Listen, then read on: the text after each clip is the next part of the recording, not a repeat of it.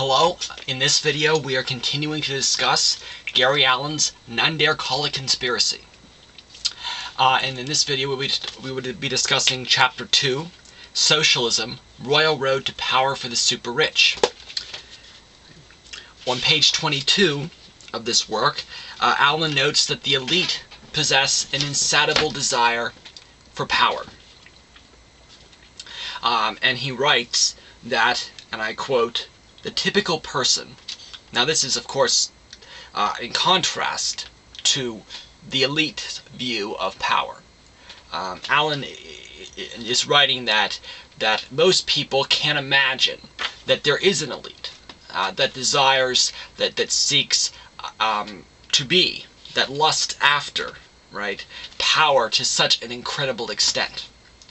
And Allen gives, some reasons like cognitive dissonance that help explain partly why people don't want to believe that there would be an elite, a wealthy class of maybe 1% of the population, sometimes even less than 1% of the population, that exploits the other 99% of the population, or at least the bottom 95% of the population, and maybe kind of gives a little bit of deference to the top, the 95 to 99% of the population who they can get to work for them and be kind of like their higher wage slaves, or at least higher wage slaves until all the money of the lower class is exploited. And then I'm sure the people who think they're part of the power structure with IQs between maybe 115 and 130 with the 95 to 99% of the population is going to figure out that they too can be exploited by the very top, and they will be once there's nobody else to defend them.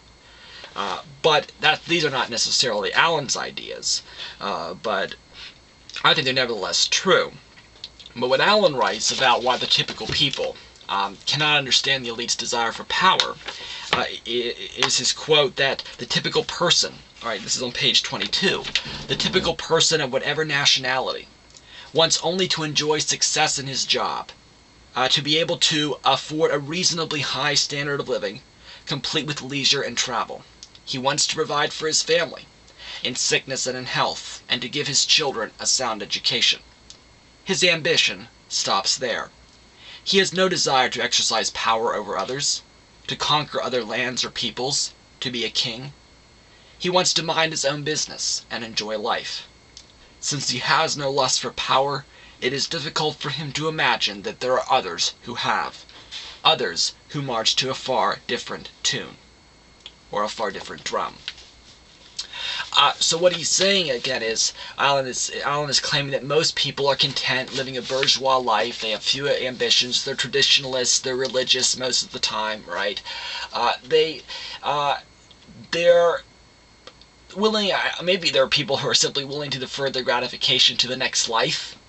Good luck there, by the way, with the afterlife. But people who have this view that life is difficult, which of course it is, and I'm not saying it isn't, but that life is difficult, all you can hope for is to survive in life, and in the process serve your creator, serve God, and then after you die, you're going to have a celestial eternal paradise. Now, of course, the top 1% of the population in this country, the people with the highest intelligences, they don't buy that argument at all, and I don't either. I don't buy that there's an afterlife. I don't know if there's an afterlife or not, but I don't accept the premise of an afterlife as a way to subjugate my desires on Earth to live a reasonably, to have a reasonable life here on Earth. I'm not ambitious either. I mean, I want a middle-class life. I don't desire to be incredibly wealthy. I'm willing to live a simple life for the most part. I enjoy even being out in nature. I'm like one of the romantics of early 1800s in Britain, right? A Wordsworth or maybe a John Keats. But I do want an intellectual life. I do want to be informed, well-educated,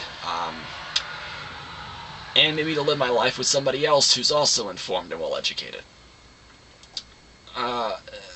But I can only do that, I think, if we live in a society that's relatively free, a society in which other people are also well-educated and informed about what goes on in the power structure in this country. I'm under no delusion I'm not part of the club. So I'm speaking out against the club. I'm speaking out against the elite. I'm not part of their system. And I don't love life enough that I really care if they're angry at me for talking about their system. Besides, nobody's going to believe me anyway, or probably very few people will. So it may be relatively fruitless even to have these kind of discussions. But anyway, Gary Allen notes on page 23 that socialism is a philosophy which conspirators exploit, but in which only the naive believe. And then on page 23, almost toward the bottom of the page, he notes that you can believe anything you want about communism, except that it is a conspiracy run by men from the respectable world. And again, this goes back to these ideas of George Orwell in his work Animal Farm. Right? That really the Bolsheviks in Russia were not so much different from the capitalists, or I should say the Romanov dynasty, the aristocratic order that was toppled in Russia. But then, of course, a few months later, there was a transition period between the Bolsheviks, or between the Romanov abdication, right, and the Bolshevik seizure of power in Russia. And really, it was.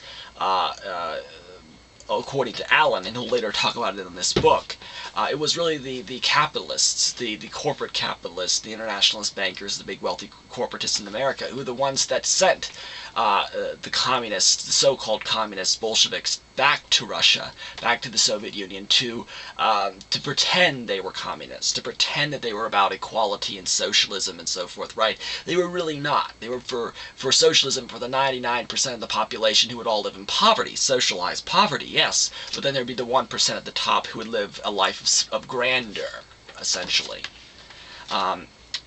So Allen notes on page 24, and I think this is another key point Allen makes, is that when you ask people about what a communist is, and this is in the early 1970s, you'll receive a diversity of answers. And that, and I quote again, on page 25, that no appreciable segment of the anti-communist American public can agree on just what it is that they're against, right? We're against communism.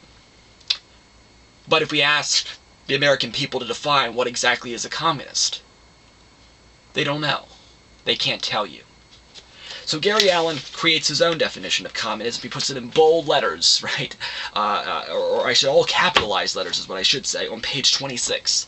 And he defines communism as, and I quote, an international conspiratorial drive for power on the part of men in high places willing to use any means to bring about their desired aim, global conquest.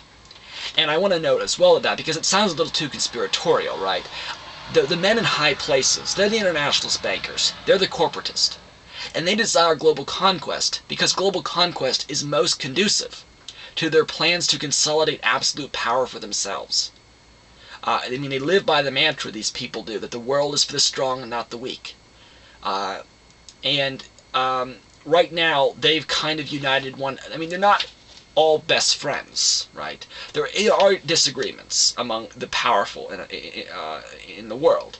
But as a whole, they're still willing to unite together against those who they fear, which is most of the people in the world who they look at as subhuman, as very weak people, very, I mean, they almost view people like Nietzsche does, right? You know, most people are weak. They don't have any idea what's going on in the world. They're disassociated. They're fruitcakes of faith, right? Who just believe everything that they're told. Which, of course, I don't. And this is one of literally thousands of books I've read. So, you know, it's not like I'm simply going off the words of Gary Allen here. Or that I agree with everything Allen writes. I have disagreements with Allen, some profound disagreements, in fact, but there are areas in which I absolutely agree, and that's why I'm reviewing this book. And on page 26, Allen makes another great point, and I quote Allen again, that we know that through the annals of history, small groups of men have existed who have conspired to bring the reins of power into their hands. Of course, that's human history as a whole. Human history itself is this reality.